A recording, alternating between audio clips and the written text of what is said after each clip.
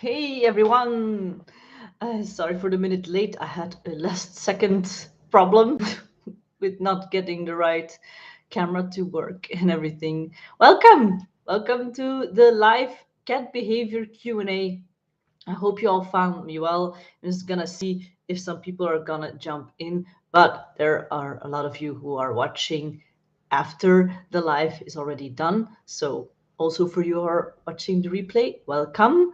So I like to start these things off by reminding you of a few things, like do not forget to take my cat personality quiz to see what your cat's personality is, and you can help your cat tremendously with knowing just that, and you'll get some good tips to do right away. So go to vetnele.com/quiz to get your results there for what your cat's personality is. So if there are not any questions right away, I like to start off with just a case that I've seen this week. This week has not been long, so it's like yesterday, but it's still a good example. And this is about Pitou. It is a female sterilized cat of almost 13 years. And Pitou has been with me since February, so not that long yet. Haven't known this cat very well, but it has been having some eating problems, and then some vomiting problems and some diarrhea. But we also got some foods that are not supposed to be given to cats. So this is always something we ask: if a cat is vomiting or has diarrhea for like a few days, but otherwise the cat is fine, then has the cat stolen something or eaten something recently that is not used to having? So this cat had some cooked ham and some shrimps, and was very lucky. He wanted to eat that, but also something that the cat gets a lot is Shiba. I don't know if the food Shiba is something that is sold all around the world, but basically it's like a little flat tin with wet food, soft wet food, and it is from the normal grocery store. So to give you a ballpark example, everything you can buy at the grocery store, yes, it is less expensive, but it is also much less quality. So it's like you are eating fast food every single day, and that's not good. So it has too much sugars for sure, too much fat, non-healthy fats, and also a lot of salt. And if there's one thing that happens a lot with cats in an older age, it is kidney failure, and that is the moment when salts are definitely the first thing that need to be restricted, and so also the amount of protein. Just on a little side note, I digress a lot. This cat was on an ideal weight, did have some teeth problems, and we took a blood examination then, I think. Let me double check. Just want to make sure I'm telling the whole truth and nothing but the truth. You know me. If you know me, then you know that I'm all about cutting the fluff and not giving you false information. That's very important to me. P2, P2, yes. So I don't think I can share any screens with this. Can I? No, I don't think so. Anyways, blood work was completely normal. Yeah, so that is very good blood work for a cat of this age. Furthermore, 5 days later, we had some communication with the owner of P2, was much better, no more vomiting, but the stools or the poo were still a bit flat, but no real diarrhea left. So that was in February. We have never seen a cat for a normal checkup.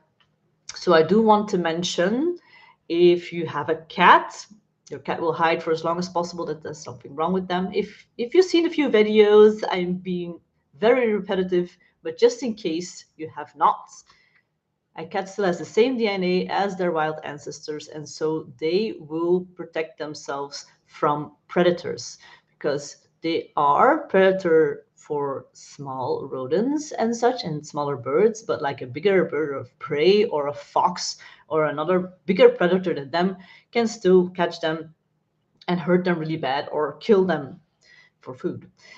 So cats still have this very much ingrained in their DNA because it's the same DNA as their wild ancestors. And it's very instinctive to hide this from us because we are kind of like a big ass predator to them. So we need to always keep that in mind while when we approach cats as well.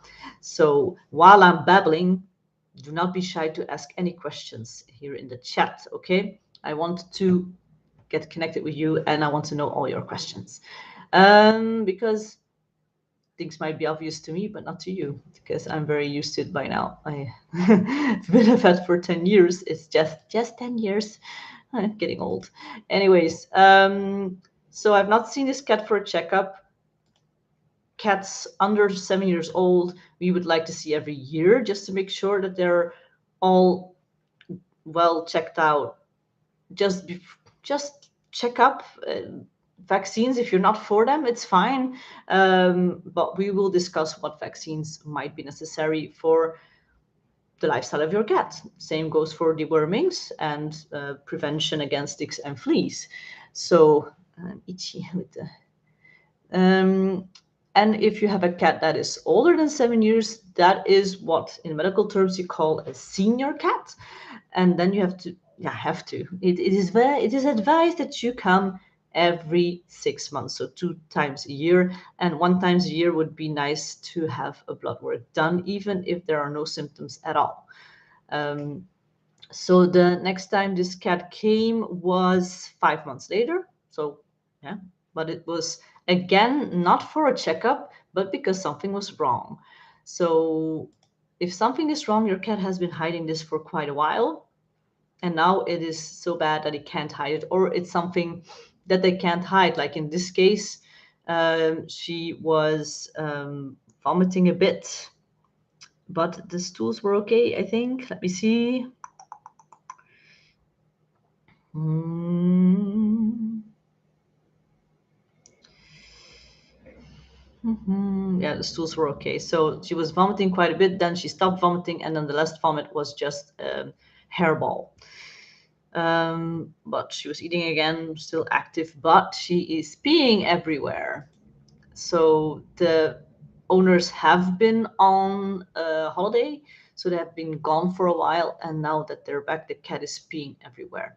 And the cat is known to drink a lot and makes big puddles of pee. So the owners are quite annoyed and frustrated with this problem by now. And that is the first thing you need to know is your cat is not doing this to annoy you. So 99% of what a cat does has nothing to do with you, with us humans. And the problem is we are humanizing a lot of what they do. So like if you react to the cat with, if they punish them or you make them go away or you yell at them, you're just gonna make the cat feel even less safe, because if it's purely stress related, purely behavior related, then you're just gonna tell the cat, see, I knew I wasn't safe here, and the behavior will be reinforced. So on a good tip always, and it's not an easy one, and I've heard this applied to kids as well. I do have to say I'm not good with it for my own kids, but with cats I'm a bit better. So try to do it as much as possible. We are not perfect, we are not robots, but the best tip I can give you is to ignore any bad behavior or behavior you don't like or that is less convenient, and give attention to the good behavior and try to find ways to make something else more interesting to do. It's not easy with the peeing, because with this cat, I know the blood work was not that long ago, only 5 months, but it can change quickly with older cats. it's very much possible that this cat has started to get kidney failure by now. It's just a bit surprising that the last time they were talking about a lot of peeing, drinking and peeing as well. So in medical terms, that is called polyuria, polydipsia.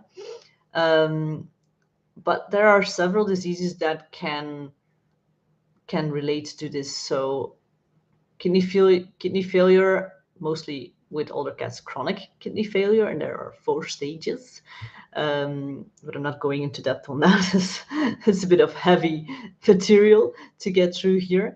Then the second most common is hyperthyroidism. So that is the thyroid gland that is working too hard. And then the third most common is diabetes. We don't see diabetes that much. So in the 10 years that I've been a vet, and I see a lot of cats because that's my thing, um, if you hadn't noticed by now. But diabetes, we don't see that much. I've only, well, in my practice, it's only been diagnosed about twice, I think, in 10 years. So it's also very much underdiagnosed because people don't go for checkups yearly with their vets. So it's often missed as well. With kidney failure and any of these diseases, if they start to show symptoms, it's already pretty bad.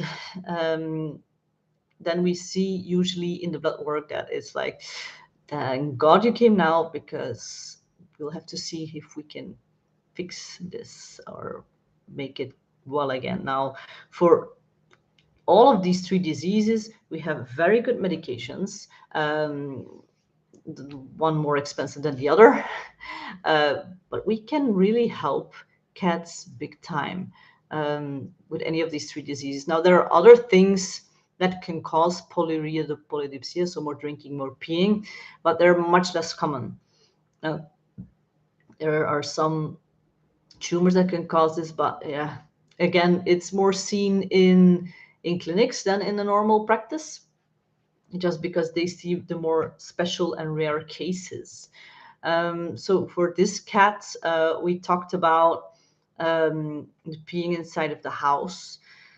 They are using Feliway already, so that is very good. That is a pheromone that the cat will on its own put everywhere to feel safe, to mark things as safe or mine. So that is a very helpful thing. They were using the Feliway Classic. That's one of the older versions. Now they have the newest one. It's Feliway Optum. So what is the difference? You used to have, they're gonna go off the market, I think, because of the new one. You have the Feliway Classic and the Feliway Friends. So that is a purple one and a red one here in Belgium. Now, marketing is different everywhere. It's so funny to me. The same dang product is looking totally different in other countries. So, but you can find these things on Amazon as well. Anyways, so the Feliway Classic and Friends are both in the Feliway Optimum and higher. So it works even more intensively than just if you would put those two separately in a socket somewhere in the vaporizer or diffuser. I don't know. How do you call that? Vaporizer or diffuser? What do you use more? What's the word? Like to put a thing in the socket, it diffuses the liquid that you put in there. So Feliway Optimum works better than those two combined, and it does both things. So she wanted a refill for her Feliway, but she used Classic. So now we gave her the Optimum. Maybe it will work as well. Now she was also asking me about the spray, the Feliway spray, because it was mostly in the garage that the cat was peeing on the tire, and she suspects that another cat, well, it was, she did say it was not a puddle, so it was more spraying. So actually spraying, yeah, it's a female. It is possible that they can spray just like a non-neutered or castrated male, but it happens more in non-castrated males than in non-castrated females, or neutered or spayed or sterilized. I always throw those around. So for us, it's castration, sterilization. But if you're gonna go purely medical, it's all a castration because you're taking the fertile parts out of the animal. So it's all castration to me. But people say castration for males, sterilization for females. So um, even so castrated males can spray as well. They can start to spray in highly stressful situations if there are other non-castrated males that are spraying nearby, and then they can start to spray. And also if the cat that was spraying before his castration is not always gonna magically disappear. It's not gonna stop magically always. It happens a lot.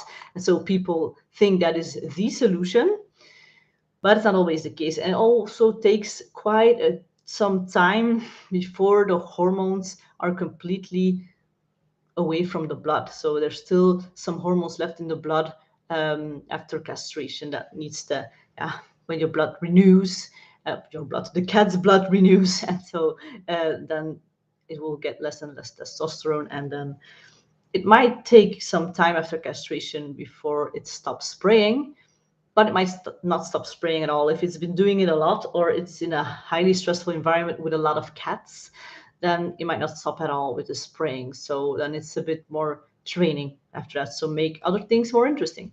But you need to know that spraying is very annoying to you, but it's a very normal and natural behavior for your cat. And your cat actually feels more relaxed and less stressed out and safer if he can spray, or she, because yeah, it's possible.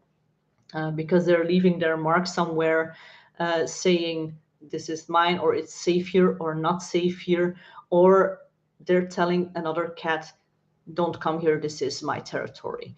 And cats usually, they try to avoid conflict with other cats because they do see each other as predators that can very much hurt each other, and they can possibly kill each other. So they want to keep themselves safe at all times. That's why sometimes that's why, especially in the summertime when it's cat season, when the cats are in heat, that is when you hear a lot of noise, and that doesn't necessarily mean that they're attacking each other. So you've often seen maybe videos that they're both like just this space apart from each other, and they're like making big backs and big fat tails, and they're yelling at each other and making very weird body shapes. And this is just all effort to avoid actually attacking each other. So it's actually, who is the bigger one? Can I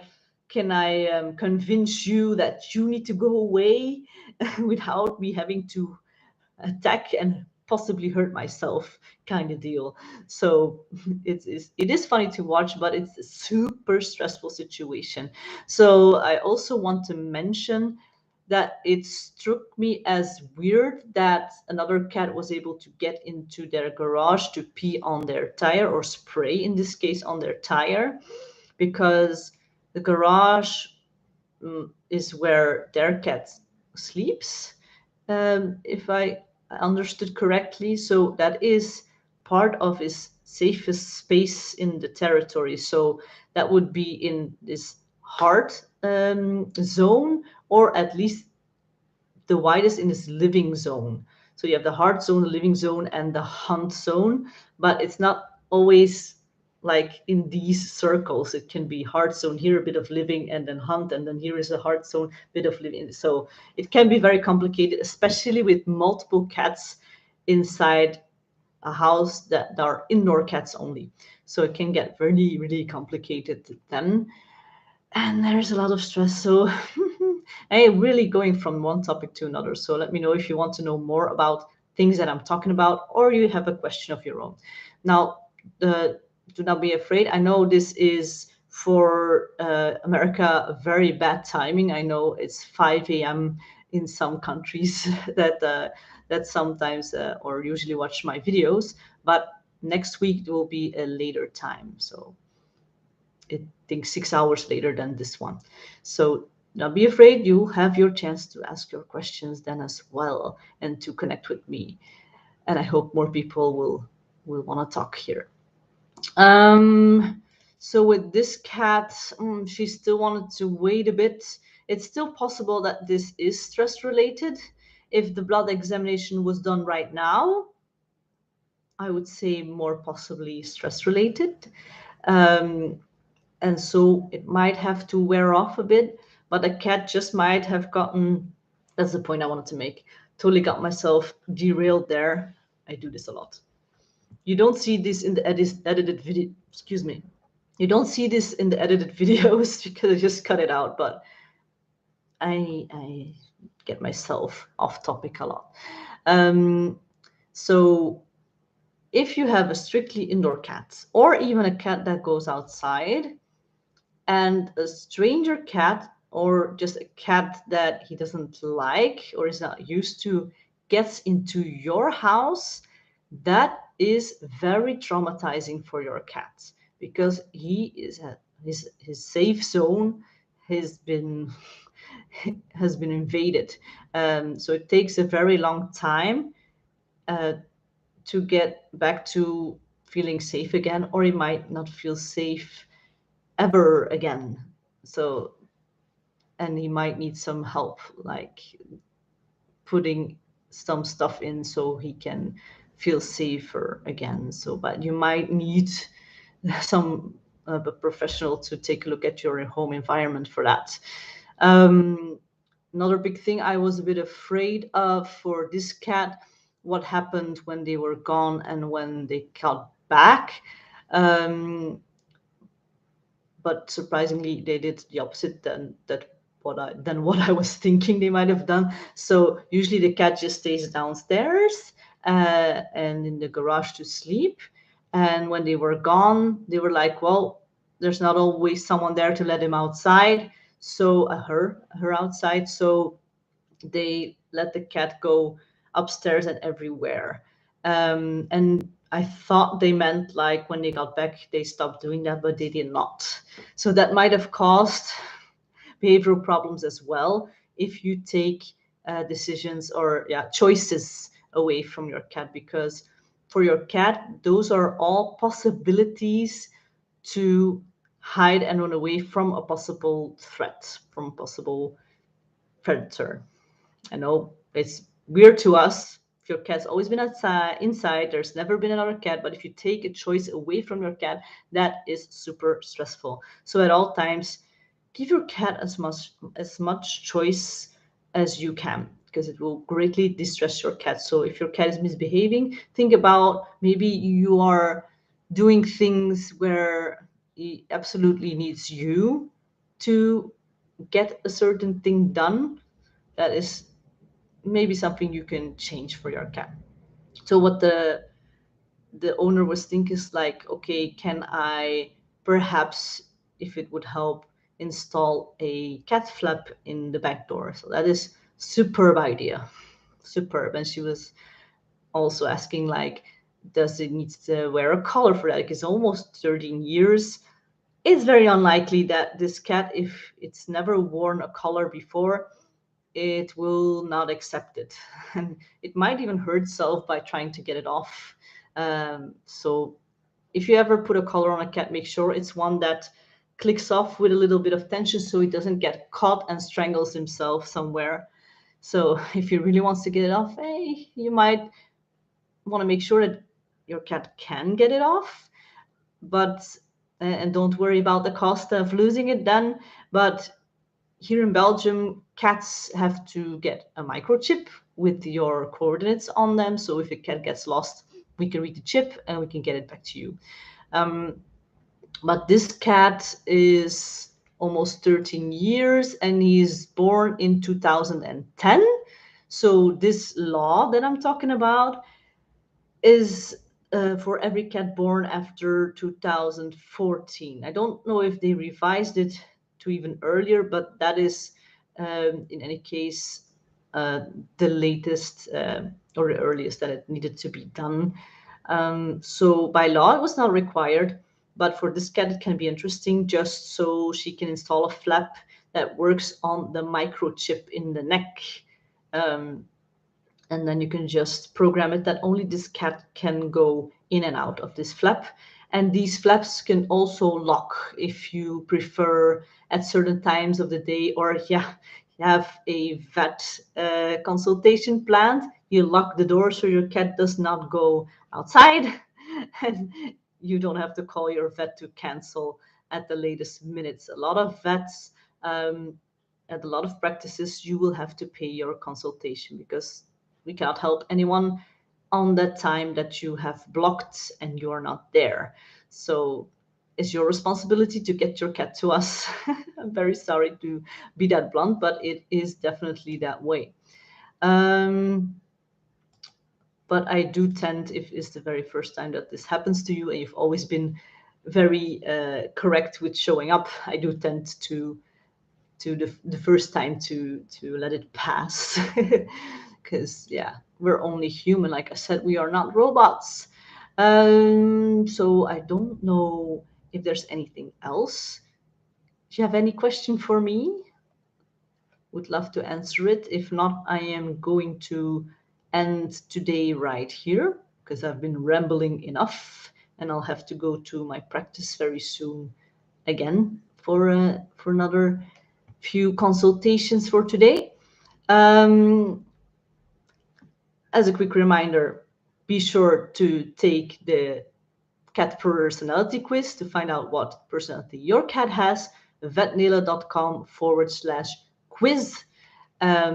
And that way, not only you will find out what the personality is and why, also, and the 3 action points that you can take to make your cat happier. You can always make things better. There's always hidden stress without you knowing it. And that way you will also be in my email list and you will always get announcements from like this Q&A, like there's a new video, and if there's anything special I'm doing at any time, might do something crazy in the future, just keep posted for that. So with that being said, I'm gonna say goodbye. Bye, Birdie. Bye.